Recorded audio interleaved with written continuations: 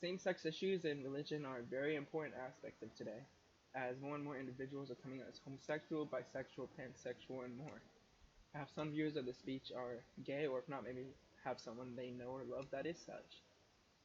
At the conclusion of the speech, I hope I give you a better idea of why same-sex couples should not be turned away, especially because of a company's or an individual's religious beliefs. Now, throughout the speech, I will explain the growth in the amount of homosexuals this century, specifically in the recent decade, the economic downturn of turning certain individuals away, and the overall reason of why it's a bad practice to do this. Now, to begin, the amount of non-straight Americans has grown throughout the years as homosexuality is becoming more and more accepted in society. Um, as more and more individuals become accepting of those who are not straight, more and more Americans and people around the world are becoming comfortable telling people that they are bisexual, homosexual, pansexual, or perhaps other preferences the individual has. This is because there have been hate crimes against homosexuals and people don't come out as it, but they can still be it. Considering gay behaviors and orientations have been identified as a mental illness, acceptance of those that consider themselves LGBT has come a long way. For example, according to Gallup News, from 2012 to 2016, those who identify openly as LGBT have increased by a whole 1%. And although that may not seem like that much, that is still tens of thousands of people in such a small study. And the study was, I believe, 304,000 people, so a very small portion of Americans.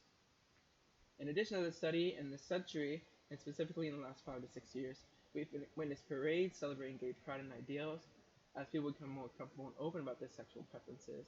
And in comparison to studies ranging up to 2017, those who identify as LGBT has significantly rose in the span of 2019 to 2020.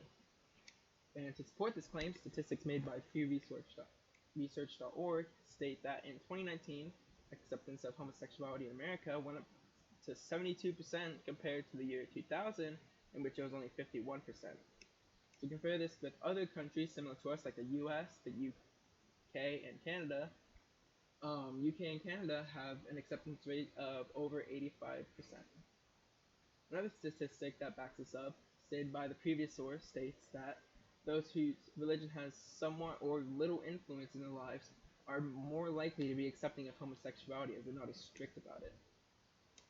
This is evidence that of the statement that those whose religious values shape their lives can have a significant impact on whether they accept homosexuality or not. Although LGBT ideals are mainly accepted by influential countries, it hasn't always been like that. Even in the US, it took arguably too long for homosexuals to gain significant rights, such as the right to marry. Same-sex marriage was only recently legalized in 2015 when the Supreme Court struck down all bans on same-sex marriage. And before that, none of the states allowed same-sex marriage until 2004 when Massachusetts allowed it. This leads us into crime against homosexuals, such as in 2006, when the FBI announced that 18% of crimes were hate crimes against gay people. And in addition, in 2013, it was 20.8%. Before this, hate crimes due to perceived sexual preference were rampant, especially in the 1900s and especially in the 1960s to the 1980s. Thankfully, though, it's now more accepted than ever. Now, as homosexual becomes more accepted and common in America, this begs the question, with gay individuals representing such a big demographic compared to earlier years, what would happen to businesses that refuse service to this demographic? Now, if same-sex couples were to be refused service, that hurts the company as well as the economy. According to Williams Institute, 3.5% of adults in the US identified as lesbian, bisexual, or gay in 2011. If we assume that there's 200 million adults, that's still 7 million adults who fall under this category.